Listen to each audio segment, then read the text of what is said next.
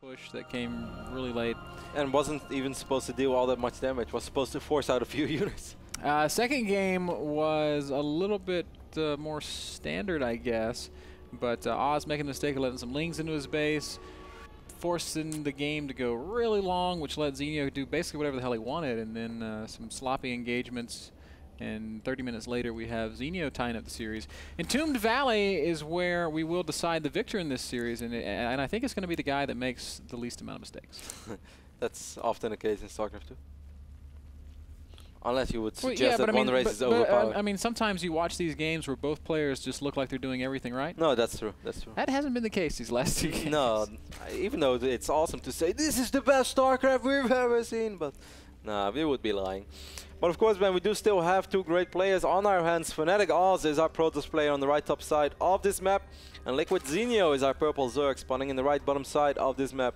Zenio so far, Ben, you have the feeling that he played a really good season, while once more he's going for the 12 pool. He is currently 2-2, but he lost against Hyun and he lost against Puma. Of course, no shame to lose against those guys. Two of the strongest names in the group, maybe the two strongest names in the group. And I just want to say about 12 pool. We can make a fuss about it. We can say, oh, this is really weird, but there's a really good European Zerg player called Nerchio who did this as his standard for months and months and months. So while 12 pool is not maybe the universally accepted norm, it's not a bad build. Not at all. And also, of course, what it means, guys, yes, you cut into your economy a little bit earlier on, and yes, you force out some links, which could have been drones, or you don't force, you make. But at the same time, you're going to have a quicker queen, so that definitely balances things out just a tiny little bit. Yeah, the queen will offset that some. In fact, if you were to not make any lings at all and just get the queen, it's even better. It's almost as economical as a 15 match. We see the forts going down on the high ground over here, Ben, for Oz, and Oz is going to get a cannon on the low ground. This is a really weird way of opening. But I'm kind of blown away by this.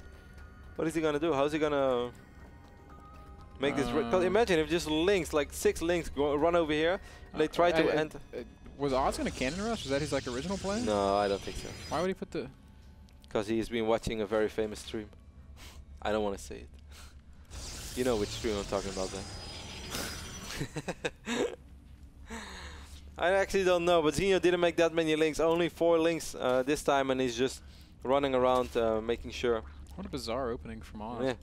I mean, the opening's not that bizarre, but the placements, I guess. And then the opening, too, because you have to throw in an extra pylon, I guess. So everything is a little bit wonky. Like we said, it's whoever's going to screw up less is going to take this one home. But it's still, it's an important best stream. For the people who don't watch all that much NASL, there's always $150 on the line. So if you just win your best of 3, even if you don't make to the playoffs, man, even if you don't win the entire league, if your name is not Ilyes Saturi, you can still make a lot of money by playing in the NASL, as you can always win $150, which is of course a big motivation for a lot of these guys to be in the NASL, even though some are very well aware that it's going to be damn tough to make it to the finals.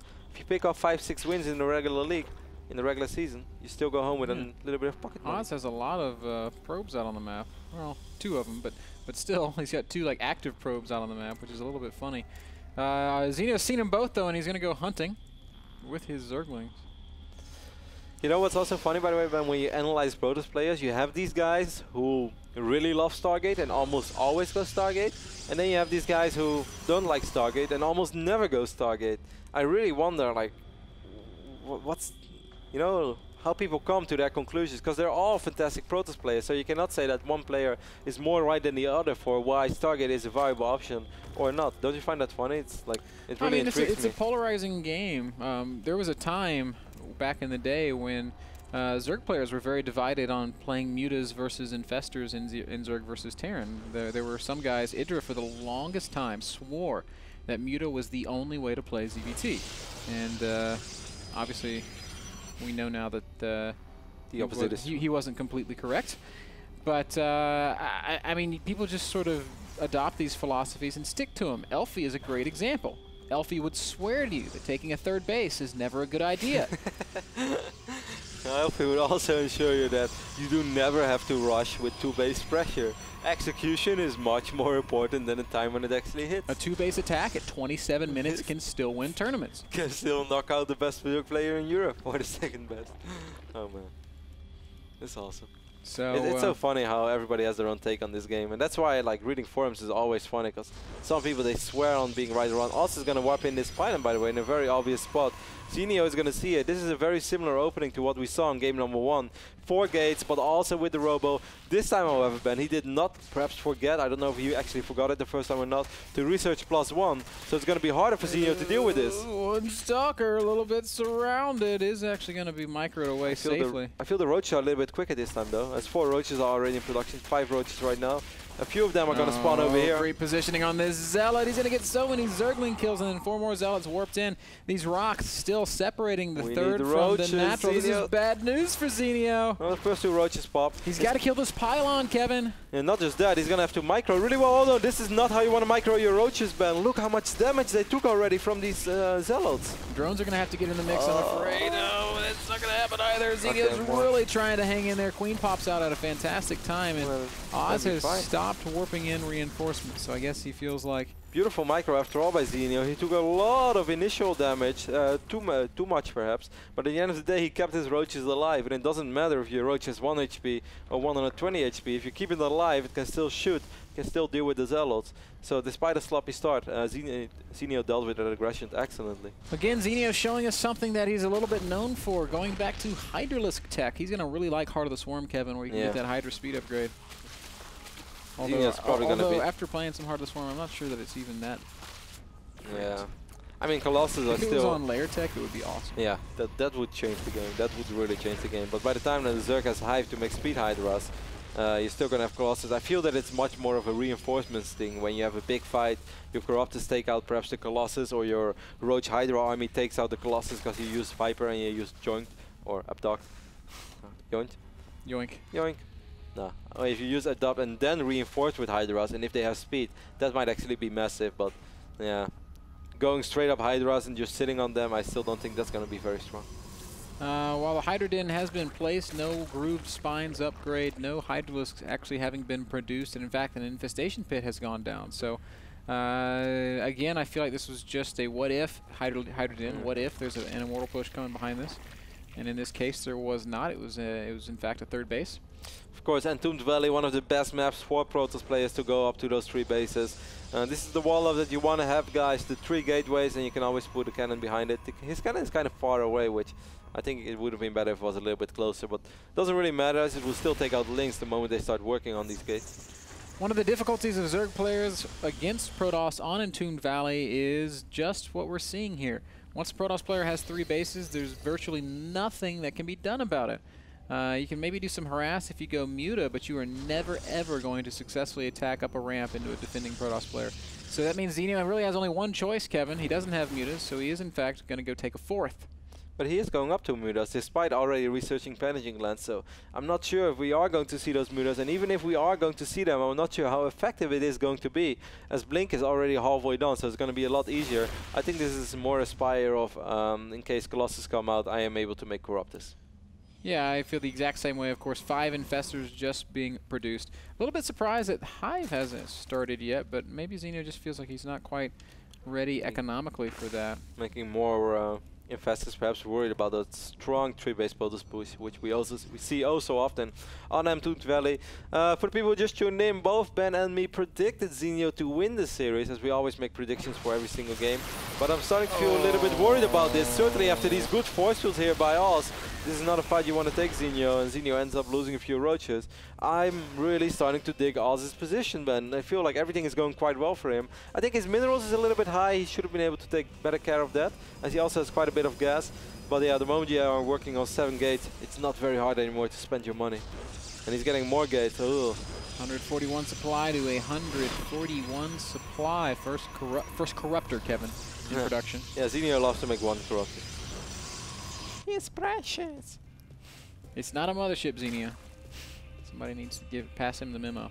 He's going to be on 4 bases though, so he's going to have a really nice gas economy right now, Ben.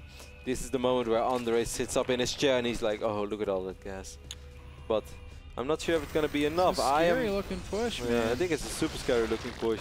The moment he takes out the Colossus, I think he might be fine. But it's going to be hard with 1 Corruptor. I love that Zenio's running around with Zerglings. This is buying him some very, very crucial time. Oh, warp in. Also, ooh.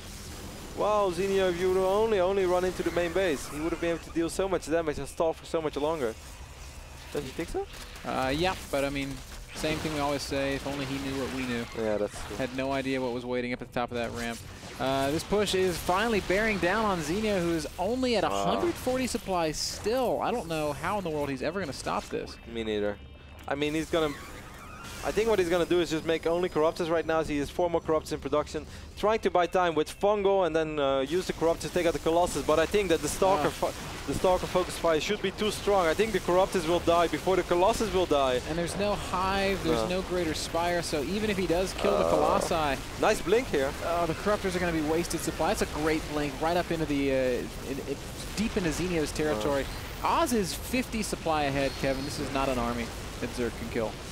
Zenio had so much money as well in the bank. Right now he's making 58 links, but the biggest problem is, as I already predicted before the fight started, I don't think these Corruptors have enough damage to deal with these Colossus, and as long as just 1 or 2 Colossus in this case, Colossi survive the fight, the links won't be able to deal anything. Oz takes the first series of the day, takes out Liquid Zenio with a 2-1 score and goes up 3-2 in division number 2. Very well played by Oz. A very important win for him there, as it does put him on the winning side of the division. That's a good place to be. It means his playoff hopes are still very much alive.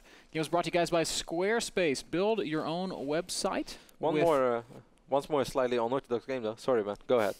I won't talk about StarCraft. Let's talk about sponsors.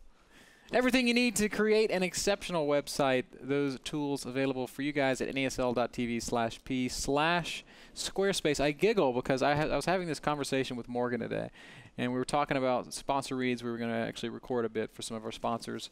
And he's like, I really love it when you guys do the reads, because without fail, you'll get halfway through a read, and then Kevin will interrupt you and say something completely irrelevant. Well, so I guess talking about StarCraft is irrelevant on a StarCraft show. Now that kind of blows my mind. Irrelevant to the sponsor read. Yeah, but who cares about the sponsor read? We're still watching a StarCraft 2 show. Wow. People want to hear about StarCraft. Let's, Sponsors ain't important. Can we just wipe that last statement from the archives? A sponsor read should be all the way at the end when I have absolutely nothing more to say. Kevin, do you have anything to say about that last game? I'm done. Kevin's done. Thank you to Squarespace for holding up their end of the deal on that last game. Thank you to Oz for 3 fantastically well-played Protoss versus Zergs. Thank you guys for tuning in. We're going to take a short break. Next up's Thorazane versus Ryung. TVT action coming at you. Are we going to see the missile turret guy? Yeah, I think we're going to see at least one missile turret guy.